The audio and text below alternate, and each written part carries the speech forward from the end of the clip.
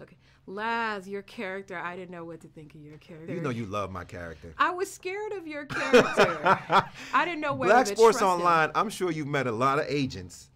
Yeah. That have that same kind of like, you know, I could talk my way in and out of anything. You know, and that's very, very true. But there was just an underlying thing with your character. Mm-hmm. Do we trust him? Do we not trust him? What team is he on? Right, right. Where do you draw the inspiration? Because you're such a nice guy. I follow a lot of your social media. Where did you have to get that swarthiness from to really portray this role? Well, you know, I've had a lot of agents and managers.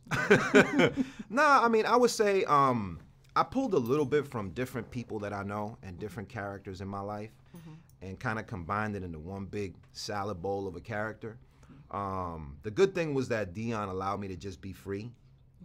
And I love the fact that I was playing somebody that was A, different from myself, but B, different from anything you've seen me portray on screen. Right. So in that moment, it was very liberating. It was just like, go. He just gave me the green light to go. And I went. And I basically said, I'm going to keep going until he tells me to stop. And Dion never told me to stop. It was a pleasure to have that character in there. We needed that relief, even if he made you upset or made you laugh, because there's so much intensity to the story of the film. How much did you personally know about human trafficking before you took the assignment? You know, I always looked at it as something that happens overseas. I'm not going to lie. I always looked at it as a third world country issue or problem. Not in the sense that it's not important, but more in a kind of false sense of security of where I live, as if that could never happen here. Right. And the last thing was that I ever considered was that, I mean, it could be happening at the gas station, the person that asks you for change, or, you know, somebody you see walking at night, you know, in that area where you see people working and you just think, oh, well, they're out there because they want to be out there. That's not necessarily the case.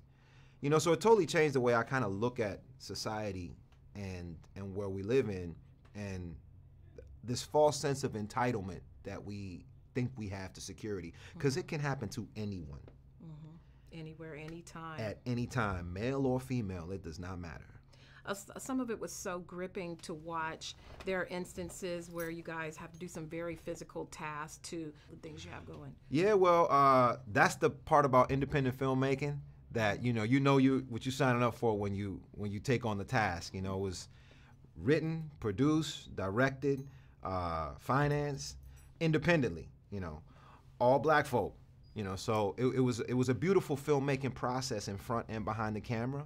It shows the diversity that we're in, this era of diversity, that we can essentially do it all on a very high scale and high quality level.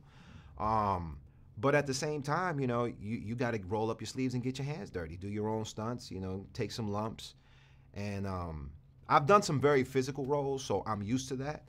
But for me, you know, once you're kind of there and you're in character, you're willing to go the extra mile, especially when you like the people that you're working with. And Roxanne and Dion are just, they're dope. All right. Yeah. Thank you so